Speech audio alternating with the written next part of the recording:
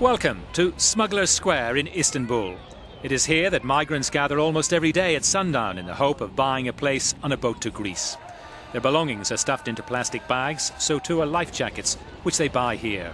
The park, official name Aksare, is central to the human trafficking business, and the trade is good, despite pressure on Turkey to crack down on it. Among the smugglers are Syrians, including Ali. Smugglers agree on the place where the buses are and ask the people to go there to avoid any problems or to avoid the police capturing the bus. They take them to places where there are no police. They monitor the area, and when there is no police, they will make phone calls among themselves. Then they gather and leave on the bus.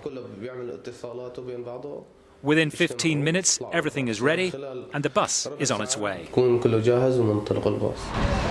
Sometimes the buses are intercepted on the road, a fine is imposed, the bus and passengers turn back. But mostly the journeys end in Turkish coastal towns, which lie a short, risky boat trip away from the Greek islands. Ali admits some smugglers don't care about the dangers to life. There is mostly pressure on the departure points at the coast, because the Turkish Coast Guard in particular has upped the ante.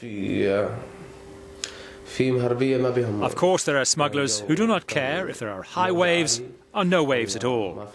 The moments the migrants get to him, he wants to send them off in any way possible. The average fare is around the equivalent of €900 for departures from those prime locations, which are a short distance from the Greek islands. Those caught smuggling face between 3 to 8 years imprisonment, while the sentence for human trafficking can be up to 12 years. Ankara has stepped up law enforcement and introduced a raft of measures in cooperation with the EU in a bid to stamp out illegal migration. Right now it's winter, between January and February, and despite unfavourable weather conditions, compared to the same time last year, the number of apprehensions, the number of migrants rescued, the number of smuggler arrests is much higher.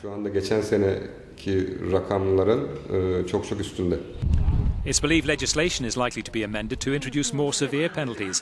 But despite the current efforts, the large crowds which gather at smuggling hubs in Istanbul or Smir is proof the deterrents are at the moment ineffective.